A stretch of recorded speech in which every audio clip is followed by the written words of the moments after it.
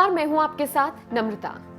उबलते हुए खून की रवानी है मोदी, इस देश के युवा की जवानी है मोदी। सोए हुए थे जो अब तक हिंदुस्तानी, उनके जाग उठने की कहानी है मोदी। 130 करोड़ भारतीयों ने जिसे देश के तख्त पर बिठाया, उसने खुद को देश का चौकीदार बताया। देश के प्रधानमंत्री नरेंद्र मोदी जी एक ऐसी प्रभावशाली शख्सियत जो अपनी असाधारण वाक्पटुता, करिश्माई व्यक्तित्व, स्पष्ट दूरदृष्टि और कुशल नेतृत्व के कारण आज हर भारतीय के दिल में बसते हैं। कहते हैं व्यक्ति अपने काम से ही जाना जाता है। पीएम मोदी ने भी अपने काम से न सिर्फ नाम कमाया बल्कि करोड़ों लोगों के दिलों में जगह भी बनाई। क्या विपक्ष, क्या दुश्मन, हर किसी ने पीएम मोदी का लोहा माना। आज पीएम मोदी सफलता की बुलंदियों पर हैं, लेकिन एक वक्त वो भी था जब उनके गुरु ने उन्हें राजधर्म का पाठ पढ़ाया। 2002 के गुजरात दंगों को भला कौन भूल सकता है। भले ही केंद्र में बीजेपी की सरकार थी, लेकिन दंगों की आंच से मोदी भी नहीं बच पाए। सवालों के कटघरे में खड़े पीएम मोदी को तब उनके गुरु और देश के पूर्व पीएम अटल बिहारी वाजपेयी ने राजधर्म सिखाया। सरकारें आएंगी जाएंगी, पार्टियां बनेंगी बिगड़ेंगी, मगर ये देश रहना चाहिए। क्या प्रतिवर्ष ये खेल होगा? मिली जुली सरकार है, आपको भी समस्याओं का सामना करना पड़ेगा अगर आपकी सरकार बनती है तो।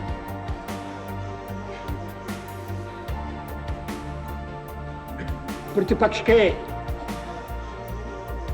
समर्थन से ज्यादा हमें समर्थन प्राप्त है, या ये सहयोग, ये मित्रता केवल हमें हटाने तक सीमित है कि लोकतंत्र का तकाजा है। तो जो सरकार को हटाना चाहते हैं वो ये बताएं कि वो किस तरह की सरकार लाना चाहते हैं, उसका नेतृत्व कौन करेगा, उसका कार्यक्रम क्या होगा। और मैं इसीलिए मौका दे रहा हूं प्रतिपक्ष को कि वो बोले, फिर मैं अंत में विस्तार से जवाब दूंगा। अटल जी की इसी सोच पर मोदी जी आगे बढ़े और मुख्यमंत्री से देश के प्रधानमंत्री बनने का सफर तय किया। इसमें कोई शक नहीं कि आज जिस मुकाम पर पीएम मोदी हैं, उसके पीछे उनका संघर्ष, उनका काम और जनता का समर्थन है।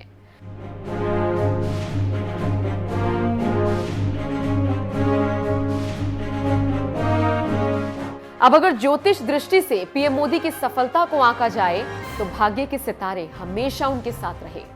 ग्रहों ने संघर्ष भी कराया और शोहरत भी दिलाई। एमवी कामत की किताब the man of the moment में इस बात का जिक्र है कि बचपन में ही ज्योतिषियों ने हीराबेन को इस बात के संकेत दे दिए थे कि उनका छोटा बेटा अगर राजनीति में कदम रखेगा तो ताकतवर आदमी बनेगा, महाराज जैसा, और अगर सन्यास की राह ली तो वो बहुत बड़ा सन्यासी बनेगा, शंकराचार्य जैसा। यही वजह है कि प्रधानमंत्री बनने के बाद देश के तमाम ज्योतिषाचार्य मोदी जी की कुंडली का विश्लेषण करते रहते हैं। गुजरात के मेहसाणा में जन्मे पीएम मोदी की कुंडली पर अगर एक नजर डालें तो वृश्चिक राशि और चंद्र लग्न की पीएम मोदी की कुंडली में बृहस्पति चतुर्थ भाव में है, शुक्र शनि दशम भाव में है, राहु पंचम में है और सूर्य बुध व केतु एकादश भाव में है। ज्योतिषीय दृष्टि से ऐसा होना बहुत ही शुभ माना गया है।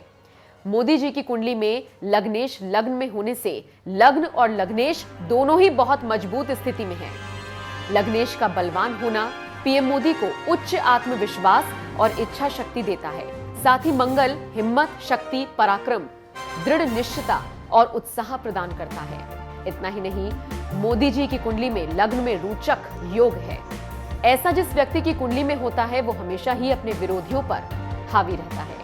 लेकिन सबसे दिलचस्प बात यह है कि मोदी जी को मुख्यमंत्री की कुर्सी और फिर प्रधानमंत्री की कुर्सी दिलाने के पीछे शनि का सबसे बड़ा हाथ माना जाता है। ज्योतिष शास्त्र अनुसार न्यायाधीश शनिदेव राजनीति का प्रमुख कारक ग्रह माने गए हैं।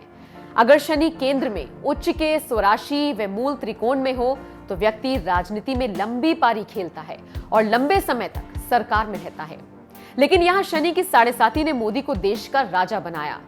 अमूमन शनि की साढ़े साती और ढैया को लेकर लोगों में यही धारणा होती है कि शनि की इन दशाओं में व्यक्ति को सदैव बुरे फल मिलते हैं, लेकिन हकीकत में ऐसा कुछ भी नहीं है। असल में 15 नवंबर साल 2011 से मोदी पर शनि की साढ़े साती शुरू हुई और 24 जनवरी 2020 को खत्म हो गई। आपको ये जानकर हैरानी होगी कि इस 7.5 के दौरान ही मोदी जी तीसरी बार गुजरात के मुख्यमंत्री बने, फिर 2014 में पहली बार देश के प्रधानमंत्री बने, 2019 में भी दोबारा शनि ने सत्ता पर बिठाया और क्या पता 2024 में भी बतौर प्रधानमंत्री हैट्रिक मार ले। कहते हैं न्यायाधीश शनिदेव व्यक्ति को उसके कर्मों के हिसाब से फल देते हैं। ऐसे में क्या पीएम मोदी तीसरी बार बहुमत हासिल कर पाएंगे? इस पर आपकी क्या राय है? प्लीज कमेंट करके हमें जरूर बताएं।